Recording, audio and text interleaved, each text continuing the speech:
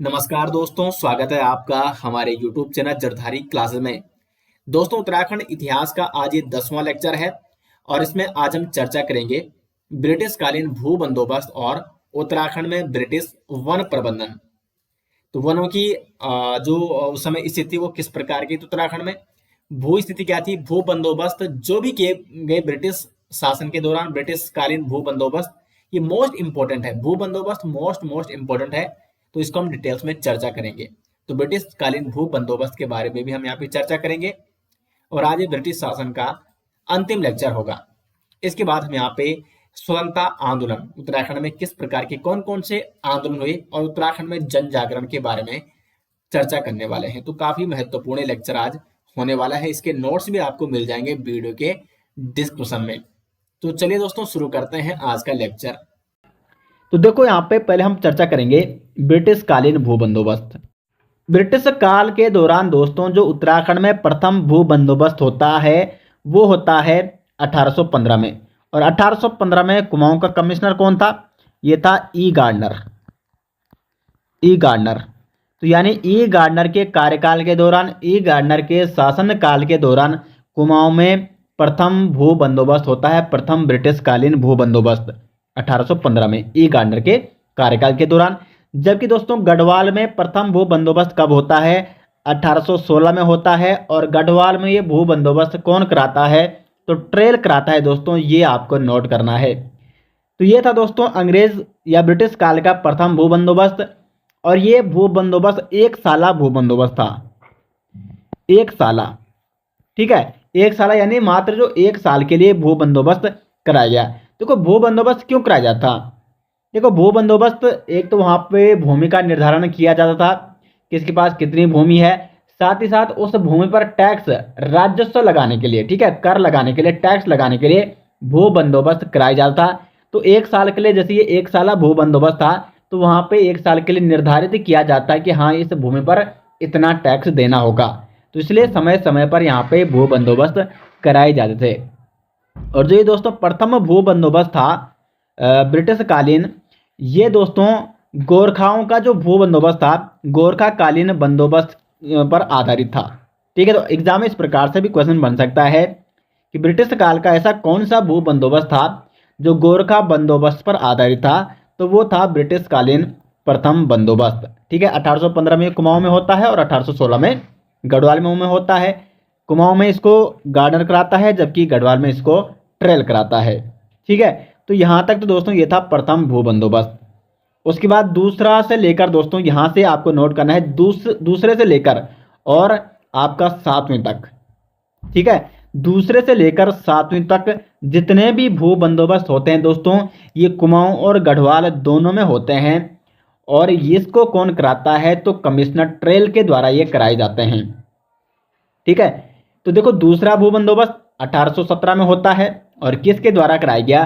Trail के द्वारा कराया गया। और ये भी एक साला भू बंदोबस्त है, क्योंकि अगले साल फिर से भू बंदोबस्त होता है। यानी 1817 में जो दूसरा भू बंदोबस्त कराया है वो भी सिर्फ मात्र एक साल के लिए कराया गया था कमिश्नर ट्रेल द्वारा। और ये दोनों जगह कराया गया, गढ़वाल में भी और कुमाऊं में भी। ठीक है, तीसरा भू बंदोबस्त होता है दोस्तों यहाँ पे 1818 में, और ये बंदोबस्त भी ट्रेल द्वारा ही कराया जाता है। उसके बाद यहाँ पे आता है दोस्तों चौथा बंदोबस्त। चौथा बंदोबस्त कब होता है? 1820 में, और ये भी ट्रेल द्वारा कराया गया। मैंने आपको पहले ही बता दिया है कि दूसरे से लेकर 7वें तक ये बंदोबस्त लगातार किसके द्वारा कराए जाते हैं? कमिश्नर ट्रेल द्वारा कराए जाते हैं। और ये जो दोस्तों 1820 में चौथा भू बंदोबस्त कराया गया था कमिश्नर ट्रेल द्वारा, ये 3 साल के लिए कराया गया था। कितने साल के लिए कराया गया था? 3 साल के लिए। इसलिए इसको तिसाला भू बंदोबस्त भी कहा जाता है, तिसाला भू बंदोबस्त। ठीक है, किसने कराई है? कमिश्नर ट्रेल ने। यानी देखो 1820 में हो चुका है, अब सीधे जो नेक्स्ट बंदोबस्त होगा वो 1823 में होगा, क्योंकि ये चौथा भू बंदोबस्त ये एक तिसाला भू बंदोबस्त था, 3 साल के लिए इसको कराया गया था। अब जो नेक्स्ट बंदोबस्त आता है 5वां भू बंदोबस्त, ये काफ़ी इंपॉर्टेंट है और यहाँ से दोस्तों क्वेश्चन भी कई बार एग्जाम में पूछे जा चुके हैं। तो 5वां भू बंदोबस्त होता है 1823 में, और ये बंदोबस्त दोस्तों कितने साल के लिए होता है? 5 साल के लिए। यानी ये किस प्रकार का भू बंदोबस्त है? पंचसाला। पंचसाला भू बंदोबस्त किसके द्वारा कराया गया? कमिश्नर ट्रेल के द्वारा। कब कराया गया? 1823 में। और ये कितनवां भू बंदोबस्त था? 5वां भू बंदोबस्त था ये ब्रिटिश काल का। अब दोस्तों इसमें आपको एक और चीज नोट करनी है कि यह बंदोबस्त हुआ संवत 1880 में। कब हुआ ये? सन तो 1823 में हुआ, लेकिन संवत 1880 में ये होता है। इसलिए दोस्तों इसको 80 साला भू बंदोबस्त के नाम से भी जाना जाता है। ठीक है, 80 साला भू बंदोबस्त किसे कहते हैं? 5वें भू बंदोबस्त को। क्वेश्चन इस प्रकार से भी बनता है कि 80 साला भू बंदोबस्त किसने कराया? तो कमिश्नर ट्रेल ने। और ये संवत 1880 में कराया गया था, तो इसलिए इसको 80 साला भू बंदोबस्त के नाम से भी जाना जाता है। इस बंदोबस्त को दोस्तों ब्रिटिश काल का सबसे आदर्श भू बंदोबस्त भी कहा जाता है। इंपॉर्टेंट पॉइंट है, सबसे आदर्श भू बंदोबस्त किसे कहा जाता है? 80 साला भू बंदोबस्त को, यानी 5वें भू बंदोबस्त को। इसको सबसे आदर्श क्यों कहा जाता है? एक तो दोस्तों इस भू बंदोबस्त में पहली बार गांव की सीमाओं का निर्धारण किया गया। ठीक है, गांवों की सीमाओं का निर्धारण,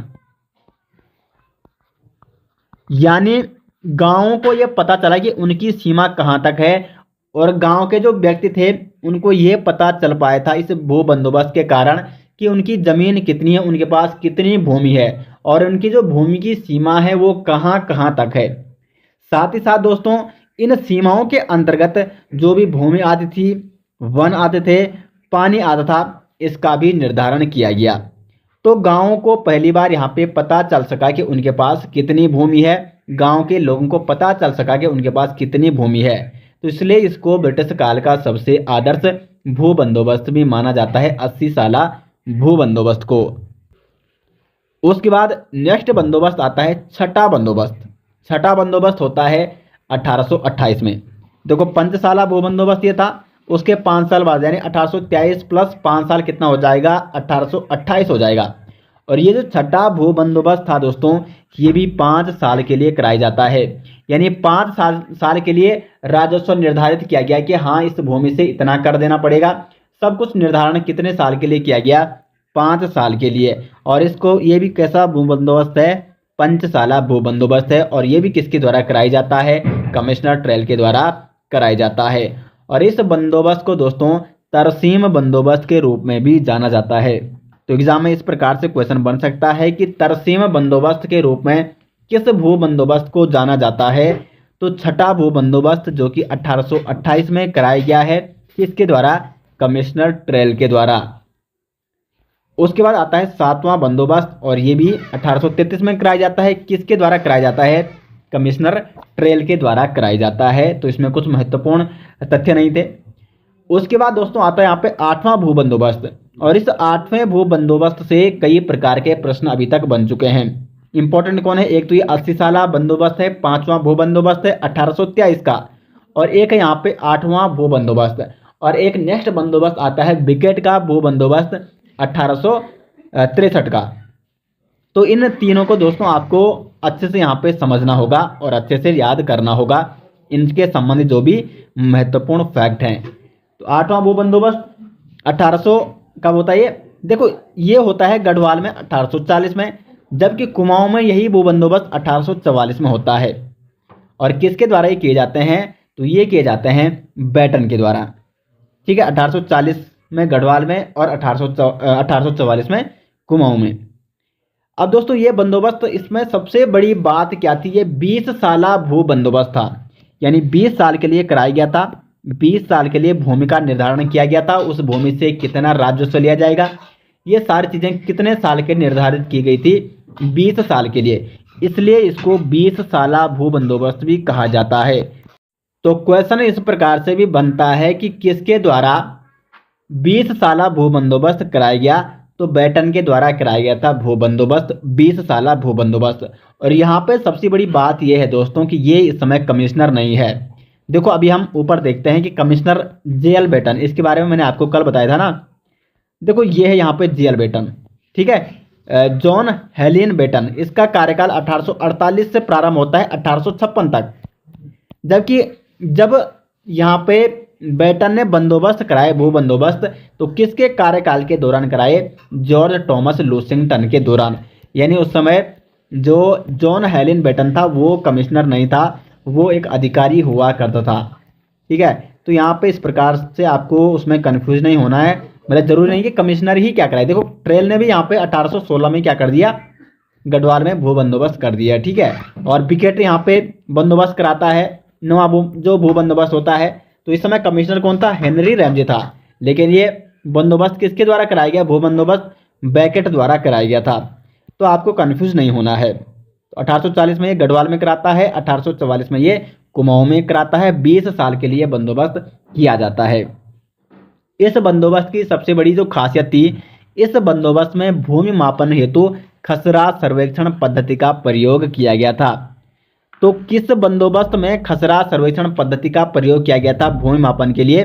तो 8वें भू बंदोबस्त में। और इस भू बंदोबस्त की एक विशेष बात और थी कि हर गांव को अपना रिकॉर्ड रखने का अधिकार दिया गया था 8वें भू बंदोबस्त में, जो कि बेटन द्वारा कराया गया था। उसके बाद दोस्तों जो नेक्स्ट बंदोबस्त आता है नवा भू बंदोबस्त, ये कब होता है? 1863 से लेकर 1873 तक ये चलता है। और ये किसके द्वारा कराया जाता है? 1863 में। ठीक है, कई जगह 1861 भी लिखा है, लेकिन कई इतिहासकारों, अब देखो मैं आपको पहले ही बता चुका हूं कि ऐतिहासिक जो विशेषकर जो तथ्य हैं, जो सन है, जो डेट है, वो यहाँ पे उसमें काफ़ी कन्फ्यूजन देखने को मिलता है। अलग अलग इतिहासकारों ने अलग अलग उसमें मत दिए हैं, लेकिन अधिकांशतः इतिहासकार 1863 ही यहाँ पे दोस्तों सही मानते हैं। तो देखो नवा भू बंदोबस्त 1863 में होता है बेकेट के द्वारा। और इस समय कुमाऊं कमिश्नर कौन है? तो वो है हेनरी रैमजे। 1863 में ये रैमजे के शासन काल में बेकेट द्वारा या बिकेट द्वारा इसको कराया जाता है। और इस नवे भू बंदोबस्त की सबसे बड़ी खासियत थी दोस्तों, इसमें प्रथम बार वैज्ञानिक पद्धति का प्रयोग किया जाता है। बेकेट ने दोस्तों इस नवे भू बंदोबस्त के दौरान भूमि को 5 भागों में बांटा: तलाऊ, उपराऊ, अव्वल उपराऊ, दोयम और कंटील या इजराइन। ये 5 भागों में दोस्तों बेकेट ने यहाँ पे भूमि को बांटा था। तो कुछ जो तलाऊ भूमि हुआ करती थी, ये एक सिंचित भूमि हुआ करती थी, प्रॉपर इसकी सिंचाई होती थी। और इसकी सिंचाई यहाँ पे जो आधारित थी वो वर्षा के जल पर और नदियों पर आधारित थी। नदियों के किनारे ये भूमि पाई जाती थी, नदियों के किनारे जो भूमि हुआ करती थी। तालाबों से आप तालाब भी नोट कर सकते हैं। इस मतलब तालाब से आपको इसको मतलब समझना आसान हो जाएगा। तालाब में प्रॉपर पानी पाई जाता है, तो उसी प्रकार से जो तालाब भूमि हुआ करती थी वहां पर भी प्रॉपर पानी की मात्रा बनी रहती थी। उस प्रकार उसके बाद दोस्तों उपराऊ भूमि, उपराऊ भूमि ये शुष्क सीढ़ीदार भूमि हुआ करती थी, तालाब भूमि से ऊपर आती थी। और ये कैसी थी? शुष्क भूमि, सीढ़ीदार भूमि। तीसरी है अव्वल उपराऊ, और चौथी है दोयम, और पांचवी है कंटील या इजराइन। तो अव्वल उपराऊ ये उपराऊ से भी ऊपर आती थी, दोयम और कंटील या इजराइन। और जो कंटील या इजराइन थी ये बिना सीढ़ीदार वाली भूमि थी। तो ये 5 भागों में भूमि को किसने बांटा? बेकेट ने बांटा था, जो इसने नवा भू बंदोबस्त कराया था।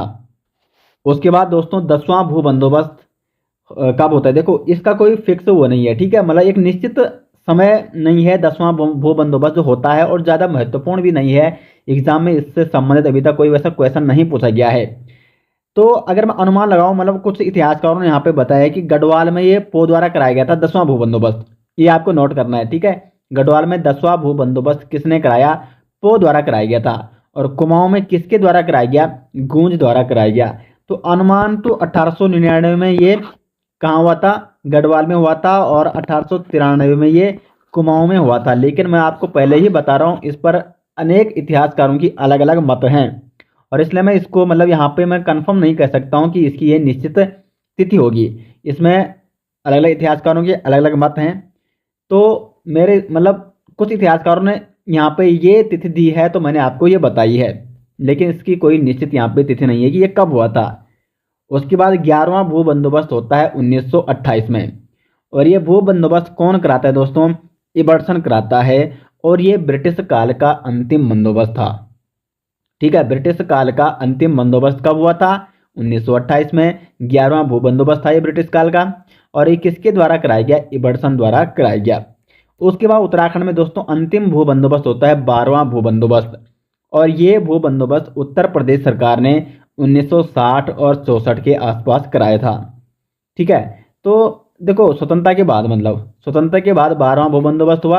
ये सारे बंदोबस्त हो गए थे जब यहाँ पे ब्रिटिश काल था, ब्रिटिश शासन था, यानी स्वतंत्रता से पहले। स्वतंत्रता के बाद एक भू बंदोबस्त होता है। और अगर हम बात करें ब्रिटिश काल जब यहाँ पे शुरू होता है तो वहां से लेकर यहाँ तक ये टोटल 12 बंदोबस्त हैं। तो स्वतंत्रता के बाद उत्तर प्रदेश सरकार द्वारा 1960 और 64 के आसपास में कराया गया था। तो टोटल दोस्तों 12 बंदोबस्त जो कि ब्रिटिश काल के बाद यहाँ पे होते हैं, ब्रिटिश काल जब यहाँ पे शुरू होता है वहां से लेकर अब तक टोटल 12 बंदोबस्त होते हैं। और ये सभी बंदोबस्त मैंने आपको यहाँ पे कंप्लीट बता दिए हैं। अब दोस्तों हम यहाँ पे बात करते हैं उत्तराखंड में ब्रिटिश वन प्रबंधन, यानी किस प्रकार से यहाँ पे वन व्यवस्था लागू की जाती है, किस प्रकार से यहाँ पे वनों का दोहन होता है ब्रिटिश काल में, अत्याधुनिक मतलब अत्यधिक यहाँ पे वन काटे जाते हैं, और उसके बाद किस प्रकार से वनों से संबंधित कानून बनते हैं, वनों से संबंधित जो अधिकार होते हैं, मतलब जो गांव के लोग थे उनके जो वनों से संबंधित जो अधिकार थे उनसे वो छीने जाते हैं, और किस प्रकार से यहाँ पे फिर वनों के अधिकारों को पाने के लिए आंदोलन होते हैं, और बहुत सारे वन आंदोलन यहाँ पे देखने को मिलते हैं।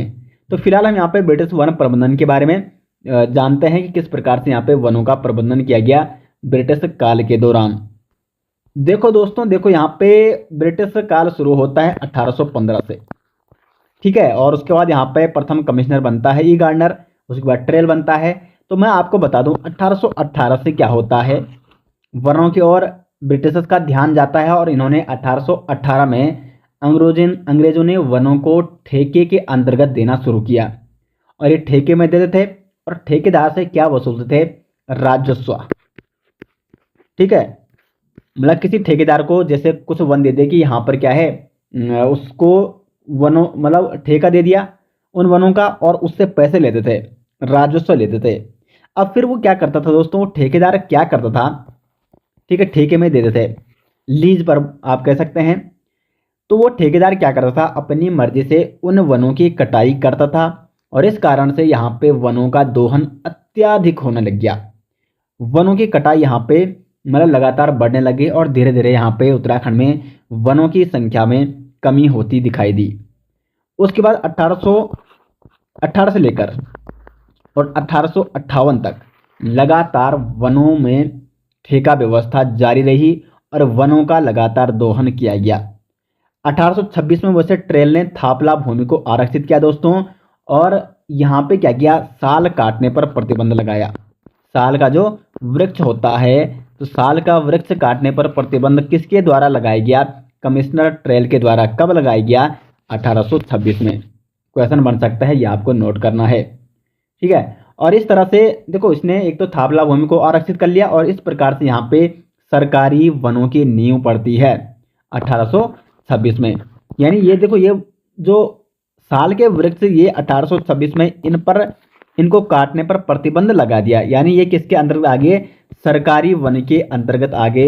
जैसे आज भी आप देखते होंगे जो सरकारी वन होते हैं, वैसे वनों पर तो ये सारे सरकार के ही अंतर्गत आते हैं, और वनों को यदि कोई काटता है तो उसको अपराध माना जाता है। तो साल के वृक्ष काटने पर 1826 में क्या लग गया, प्रतिबंध लग गया, और ये साल के वृक्ष किस में आ गए, फिर सरकारी वनों में आ गए, और इस प्रकार से यहाँ पे सरकारी वनों की नींव पड़ती है। उसके बाद दोस्तों 1853 में क्या होता है, 1853 में जब रेल का आगमन होता है, आप सभी जानते हैं। तो 1855 से लेकर 61 तक, मतलब देखो वनों को काटा तो 1850-52 से जब रेल का कार्य प्रारंभ हो जाता है, वहीं से काटना शुरू कर दिया जाता है। लेकिन जब 1853 में रेल आ जाती है, तो उसके बाद बहुत सारे देश के अनेक हिस्सों पर क्या जाती है, मतलब रेल लाइन बिछाई जाती है, और वहां पे लकड़ियों की जरूरत पड़ती है। तो 1855 से लेकर 1861 तक वनों का विनाश किया गया, अत्यधिक विनाश किया गया, और उत्तराखंड से मतलब बहुत सारे वन यहाँ पे समाप्त हो जाते हैं इस दौरान, 1855 से लेकर 1861 तक। तो 1858 तक क्या है, ठेकेदारी प्रथा तो रही थी 1818 से लेकर 1858 तक, ये मैंने आपको पहले ही बता दिया है। तो 1858 में देखो, जब यहाँ पे हेनरी रैमजे जब यहाँ पे कमिश्नर बन जाता है, उसने देखा यहाँ पे कि वनों की यहाँ पे अत्यधिक कटाई हो रही है। तो 1858 में हेनरी रैमजे ने ठेकेदारी प्रथा को बंद कर दिया। ठीक है, तो 1858 में ठेकेदारी प्रथा क्या हो जाती है, बंद हो जाती है, और यहीं से वनों का प्रबंधन क्या किया जाता है, शुरू करना, मतलब शुरू किया जाता है 1858 से। यानी अब वनों के बारे में सरकार वन प्रबंधन के बारे में स्वयं कदम उठाने लग गई है। ठेकेदारी में वनों को देना बंद कर दिया जाता है यहाँ पे। उसके बाद दोस्तों 1864 में वन विभाग की स्थापना होती है। वन विभाग की स्थापना कब होती है, 1864 में। भारतीय वन विभाग, ठीक है, भारतीय वन विभाग की स्थापना होती है 1864 में। और इस वन विभाग का जो प्रथम महानिरीक्षक बनाया जाता है, किसको बनाया जाता है, ये इंपॉर्टेंट प्रश्न है, डेट्रिच ब्रैंडिस को। डेट्रिच ब्रैंडिस को बनाया जाता है प्रथम वन महानिरीक्षक। डेट्रिच ब्रैंडिस को दोस्तों फादर ऑफ इंडियन फॉरेस्ट भी कहा जाता है। और ये जर्मनी के थे, एक वनस्पति शास्त्री ये थे। और 1864 से लेकर, ठीक है, कब तक, 1864 से लेकर 1883 तक ये भारत के वन विभाग के निरीक्षक रहे। उसके बाद दोस्तों 1864 में ही इंपीरियल फॉरेस्ट सर्विस की स्थापना भी की गई। और 1867 में इंपीरियल फॉरेस्ट सर्विस का प्रथम बार एग्जाम भी होता है। ठीक है, और उसके बाद इंपीरियल फॉरेस्ट सर्वे जो ये सर्विस थी, इसकी परीक्षा में सफल जो अभ्यर्थी थे उनको जर्मन और फ्रांस में ट्रेनिंग के लिए भेजा जाता था, क्योंकि उस समय भारत में कोई ऐसी संस्थान नहीं था जिसमें इन इंपीरियल फॉरेस्ट सर्विस में जो सिलेक्टेड अभ्यर्थी थे उनकी ट्रेनिंग हो सके। तो ये खैर एक अलग टॉपिक है दोस्तों, उसको हम आपको तब बताएंगे जब हम उत्तराखंड के वनों के इतिहास के बारे में, वन आंदोलन के बारे में अलग से आपको एक वीडियो में वहाँ पे बताएंगे। वो एक अलग टॉपिक है, जियोग्राफी का वो टॉपिक है। तो यहाँ पे देखो, यहाँ पे हम ब्रिटिश वन प्रबंधन के बारे में समझने का प्रयास कर रहे हैं। तो वन विभाग की स्थापना की गई 1864 में, और उसके बाद 1865 में भारतीय वन अधिनियम पारित किया जाता है। कब किया जाता है, 1865 में, और वनों से संबंधित पहला कानून बनता है। अब देखो ये कानून क्या था, इस कानून के तहत सभी जो वन थे वो सरकार के अधिकार में आ गए। अभी मैंने आपको बताया था कि देखो सरकार के अधिकार में नहीं थे वन, सरकार खुद क्या करती, ठेकेदारी में देती थी, और वो ठेकेदार का अधिकार हुआ करता था, वो अपने अधिकार से उन वनों की कटाई कर सकता था, जो उसकी मर्जी थी वो कर सकता था। इसलिए यहाँ पे वनों का दोहन अत्यधिक होने लग गया। तो जब 1865 में भारतीय वन अधिनियम पारित होता है, वनों से संबंधित पहला कानून बनता है, पहला कानून। और जितने भी वन थे दोस्तों वो किसके अंतर्गत आ गए, सरकार के अंतर्गत आ गए। ठीक है, अब यहाँ पे हुआ क्या कि जो अंधाधुंध कटाई हो रही थी वनों की, उस पर तो रोक लग गई, सरकार ने रोक लग गई। सरकार ने, क्योंकि सरकार के अंतर्गत वो आ गए, तो सरकार ने उस पर, उसको क्या कर दिया, अपराध घोषित कर दिया यदि कोई भी वन को काटेगा। तो अंधाधुंध कटाई पर तो रोक लग गई, लेकिन सरकार जब मर्जी कटाई कर सकती थी। लेकिन दोस्तों यहाँ से सबसे बड़ी समस्या ये उत्पन्न हो गई, जो ग्रामीण क्षेत्रों के लोग थे उनसे भी उनके वन अधिकार यहाँ पे छीन लिए गए, क्योंकि उनकी जो पूंजी थी, उनके वन थे, जो भी उनका उस समय गुजर बसर होता था, उनके पशु जो भी चराई करते थे वनों में ही चराई करते थे, उनकी लकड़ी वनों से ही उनको प्राप्त होती थी, तो उनसे भी वन अधिकार छीन लिए गए। और इस कारण से दोस्तों यहाँ पे सबसे बड़ा कारण बनता है कि सरकार का विरोध होने लगता है, जो ग्रामीण क्षेत्रों के लोग होते हैं। और उत्तराखंड में तो आप सभी जानते हैं, उत्तराखंड की अधिकांशतः जो आबादी है वो अभी भी वनों पर निर्भर है। ठीक है, तो इसलिए यहाँ पे विरोध उत्पन्न हो जाता है सरकार के विरुद्ध। उसके बाद दोस्तों देखो, यहाँ से मैं आपको कुछ इंपॉर्टेंट फैक्ट बता रहा हूँ जो एग्जाम के व्यू पॉइंट से काफ़ी इंपॉर्टेंट है। ठीक है, मैंने आपको बता दिया है। वनों से संबंध हम नेक्स्ट वीडियो में डिटेल्स में अभी चर्चा करेंगे आगे। ये अभी हम क्या है, ब्रिटिश काल का ये टॉपिक है, तो अभी हम विशेष फोकस इस पर करते हैं। तो देखो 1868 में एक तो कुमाऊं में वन विभाग की स्थापना होती है। एग्जाम में बन सकता है कि कुमाऊं में वन विभाग की स्थापना कब हुई, 1868 में। ब्रिटिश गढ़वाल में वन विभाग की स्थापना कब हुई, 1869 में। और टिहरी गढ़वाल में, टिहरी में जो टिहरी रियासत थी वहां पे वन विभाग की स्थापना कब हुई, 1885 में। देखो उत्तराखंड उस समय 3 भागों में बटा हुआ था, एक था कुमाऊं, ब्रिटिश कुमाऊं, एक था ब्रिटिश गढ़वाल, और एक था टिहरी रियासत। तो देखो कुमाऊं, मतलब कुमाऊं में वन विभाग की स्थापना होती है 1868 में, ब्रिटिश गढ़वाल में 1869 में, और टिहरी में 1885 में। ये तीनों पॉइंट दोस्तों आपको नोट करने हैं, यहाँ से एग्जाम में प्रश्न बन सकता है। तो यहाँ तक कोई दिक्कत नहीं होनी चाहिए आपको। उसके बाद दोस्तों उत्तराखंड में कुछ सरकारी अधिसूचना जारी की जाती है। क्या जारी की जाती है?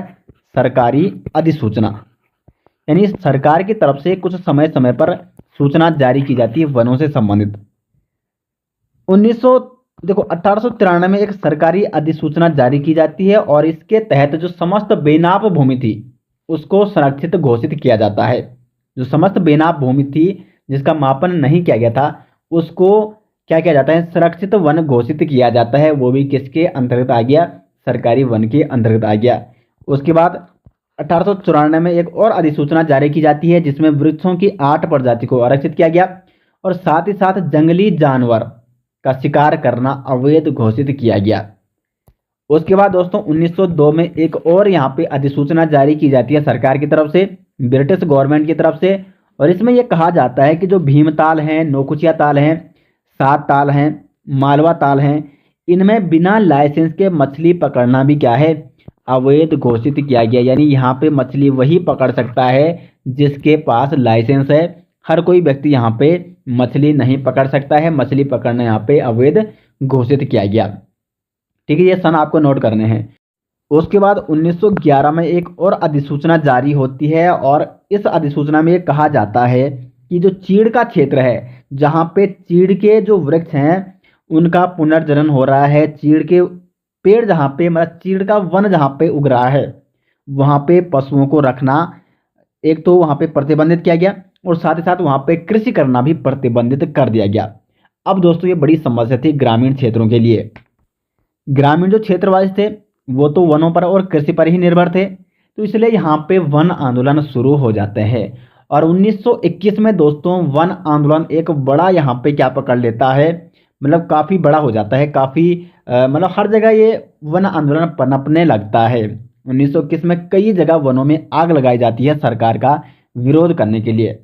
और इसमें एक महत्वपूर्ण घटना ये थी दोस्तों, 1921 में सोमेश्वर की दुर्गा देवी, ये नाम आपको नोट करना है। 1921 में सोमेश्वर की दुर्गा देवी को थकलोड़ी के वनों में आग लगाने के जुर्म में 1 माह के लिए कैद किया जाता है और यह क्षेत्रीय तथा राष्ट्रीय आंदोलन में गिरफ्तार होने वाली दोस्तों उत्तराखंड की प्रथम महिला थी। ये आपको नोट करना है, ठीक है, क्षेत्रीय और राष्ट्रीय आंदोलन में, क्योंकि एक राष्ट्रीय और क्षेत्रीय आंदोलन है। वन आंदोलन क्या है? वन आंदोलन दोस्तों एक क्षेत्रीय और बाद में एक राष्ट्रीय आंदोलन में बन जाता है। तो वन आंदोलन अगर देखो एग्जाम में इस प्रकार से भी क्वेश्चन बन सकता है, वन आंदोलन में उत्तराखंड की कौन सी महिला ऐसी थी जो मतलब प्रथम महिला जो जेल गई थी, जो जिसको क्या हुई थी, कैद हुई थी, जिसको गिरफ्तार किया गया था, दुर्गा देवी को। यह क्वेश्चन इस प्रकार से भी बन सकता है कि राष्ट्रीय आंदोलन में जेल जाने वाली पहली महिला कौन थी? वो थी दुर्गा देवी। देखो मैं अभी यहाँ पे स्वतंत्रता संग्राम की बात नहीं कर रहा हूँ, स्वतंत्रता संग्राम में जेल जाने वाली महिला का यहाँ पे अभी प्रश्न में नहीं आपको बता रहा हूँ, मैं आपको राष्ट्रीय आंदोलन में जेल जाने वाली प्रथम महिला की बात बता रहा हूँ। वन आंदोलन में जेल जाने वाली प्रथम महिला की मैं बात बता रहा हूँ। कई बात ऐसी होती है दोस्तों, कई अभ्यर्थी मतलब कुछ जैसे बोल दिया है तो आप उसको समझने का प्रयास कीजिए, ठीक है। तो समझने का प्रयास आपको करना है और जहाँ पे समझ नहीं आता है उसको आपको कमेंट में पूछना है। तो यहाँ तक हो गया दोस्तों, आपको कोई दिक्कत नहीं होनी चाहिए। अब जब लगातार यहाँ पे वनों से संबंधित विरोध बढ़ने लग गया और 1921 में हर जगह क्या है, सरकार के खिलाफ क्या होने लग गया, वन आंदोलन होने लग गया, सरकार का विरोध होने लग गया।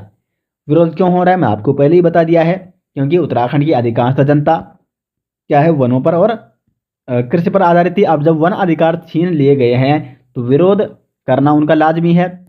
उसके बाद दोस्तों यहाँ पे सरकार अपना रुख थोड़ा चेंज करती है और सरकार यहाँ पे एक कमेटी का गठन करती है, फॉरेस्ट ग्रीवेंस कमेटी। इसका गठन किया जाता है 13 अप्रैल 1921 में। इंपॉर्टेंट है यहाँ पे, 13 अप्रैल 1921 में फॉरेस्ट ग्रीवेंस कमेटी का गठन किया जाता है और जिसके अध्यक्ष कौन है, पी विडम है, ठीक है। इसके अध्यक्ष कौन है, पी विडम। और उद्देश्य क्या था इस फॉरेस्ट ग्रीवेंस कमेटी का, जनता में व्याप्त वन कष्टों तथा शिकायतों का अन्वेषण करना। ये फॉरेस्ट ग्रीवेंस कमेटी दोस्तों इसने उत्तराखंड के विभिन्न क्षेत्रों का भ्रमण ये करती है। मई 2021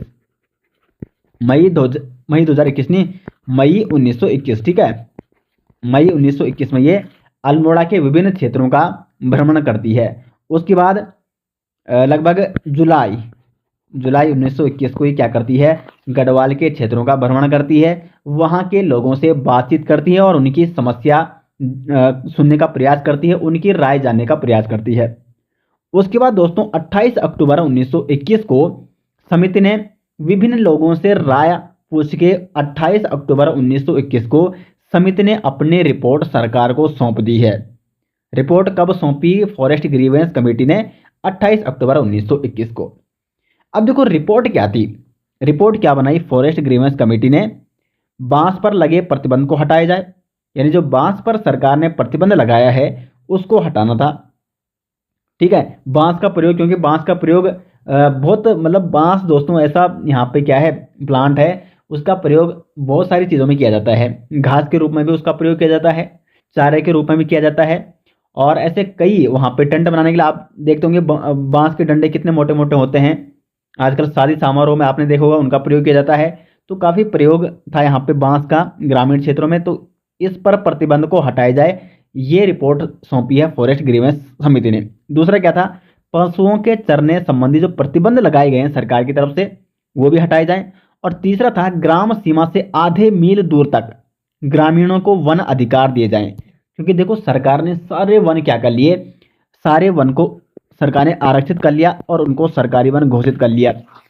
ठीक है, यानी गांव से प्रत्येक गांव से वन के अधिकार छीन लिए गए। तो देखो गांव वालों ने कहा कि देखो अगर तुम्हें वनों को आरक्षित करना ठीक है करो, लेकिन दूर दूर तक वाले वनों को आरक्षित करो, क्योंकि हमारे जो 1 मील के अंतर्गत है, ये यहाँ पे गांव है और यहाँ से 1 मील के अंतर्गत जो वन आ रहे हैं इनसे तो हमारी, ये तो हमारी पूंजी है, इनसे तो हमारा घर चलता है। हमारे जो पशु चरते हैं वो इन्हीं वनों में चरते हैं, हमें जो लकड़ी लानी है इन्हीं वनों से हम लाते हैं। अभी भी आप देखते होंगे गांव में, जो गांव की अधिकांशता आबादी है जो पहाड़ी क्षेत्रों के, जो पहाड़ क्षेत्र में रहते हैं, ठीक है, तो ये जो गांव की आबादी है ये अभी भी वनों पर क्या है दोस्तों, निर्भर है। वहीं से उनकी लकड़ी आती है, वहीं से चारा आता है। तो ये रिपोर्ट मतलब जनता की राय जानकर फॉरेस्ट ग्रीवेंस समिति ने इस रिपोर्ट को सौंपा सरकार को।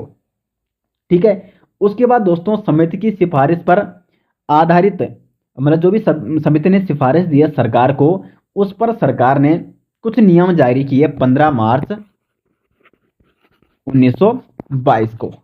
15 मार्च 1922 को सरकार ने कुछ नियम जारी कर दिए हैं, तो कुछ छूट दी गई है फिर गांव वालों को।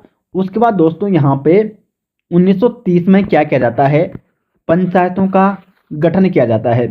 वन पंचायत, वन पंचायतों का गठन कब किया जाता है? 1930 में। कहाँ कहाँ किया जाता है? नैनीताल, अल्मोड़ा, पिथौरागढ़, पौड़ी, गढ़वाल। और 1932 में चमोली जनपद में भी वन पंचायत का गठन किया जाता है, चमोली में भी। ठीक है, तो यहाँ तक दोस्तों। और इसका मुख्य कार्य क्या था इन पंचायतों का? वनों का संरक्षण और प्रसार करना। देखो मतलब इसका मतलब ये नहीं है कि गांव वालों को भी अगर वनों के अधिकार दिए गए हैं तो गांव वाले अपनी मर्जी के अनुसार पेड़, वो भी मतलब पूरे अधिकार उनको ये भी नहीं दिए गए थे दोस्तों कि वो अपनी मर्जी से पेड़ों का क्षति या हानि पहुंचा लें। ठीक है, तो उनको एक निश्चित अधिकार वहां पे देने थे, ये मुख्य उद्देश्य था वन पंचायतों का। ठीक है, तो यहाँ पे वन पंचायतों का गठन किया गया 1930 में उत्तराखंड में। उसके बाद दोस्तों यहाँ पे काफी समय तक ये मामला शांत हो जाता है और 1938 में फिर से क्या होता है, ग्रामीण के जो लोग थे वनों में, ग्रामीणों को छूट और उनके अधिकार देने के लिए फिर से 1938 में मुद्दा उठता है और फिर से सरकार ने ग्रीवेंस कमेटी को पुनः विचार करने के लिए आदेश दिए। और 1939 में फिर समिति ने अपनी रिपोर्ट सौंपी। किस नाम से ये रिपोर्ट प्रकाशित की, ये इंपॉर्टेंट है, N investigation into the villagers rights in the reserve forest of Kumaon. यहाँ पे मैं लिख के दे रहा हूँ, काफी लंबा नाम है, N investigation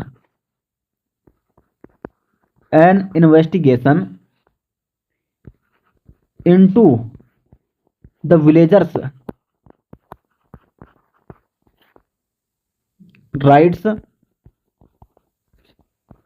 in the reserve of Kumaon. एक बार मैं दोबारा रिपीट कर रहा हूं, आप इसको नोट कर सकते हैं, N investigation into the villagers rights in the reserve forest, ठीक है, रिजर्व फॉरेस्ट ऑफ कुमाऊं। इस रिपोर्ट से 1939 में फॉरेस्ट ग्रीवेंस कमेटी ने अपनी रिपोर्ट पुनः से प्रस्तुत की। तो दोस्तों ये थे कुछ प्रमुख वन प्रबंधन जो भी ब्रिटिश काल के दौरान हुए, किस प्रकार से यहाँ पे वन आंदोलन की शुरुआत होती है, किस प्रकार सरकार द्वारा वनों को सुरक्षित किया जाता है, जो ग्रामीण क्षेत्र थे वहाँ के लोगों से वनों के अधिकार छीन लिए जाते हैं, और फिर किस प्रकार से यहाँ पे वन आंदोलन पनपने लगते हैं।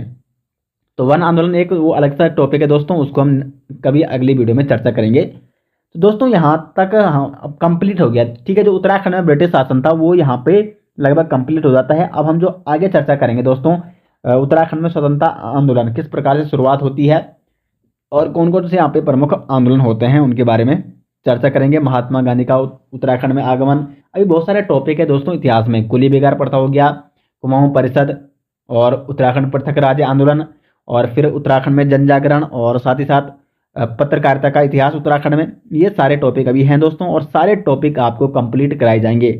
तो दोस्तों आपको हमारे लेक्चर कैसे लग रहे हैं कमेंट में जरूर बताएं, और इसके डिटेल्स वाले नोट्स आपको हमारी ई बुक में मिल जाएंगे, जिसका लिंक आपको वीडियो के डिस्क्रिप्शन में दिया गया है। तो दोस्तों उम्मीद करते हैं आपको वीडियो पसंद आ रही है, और वीडियो पसंद आ रही है तो कमेंट बॉक्स में राय जरूर दें। मिलते हैं दोस्तों नेक्स्ट वीडियो, तब तक के लिए धन्यवाद।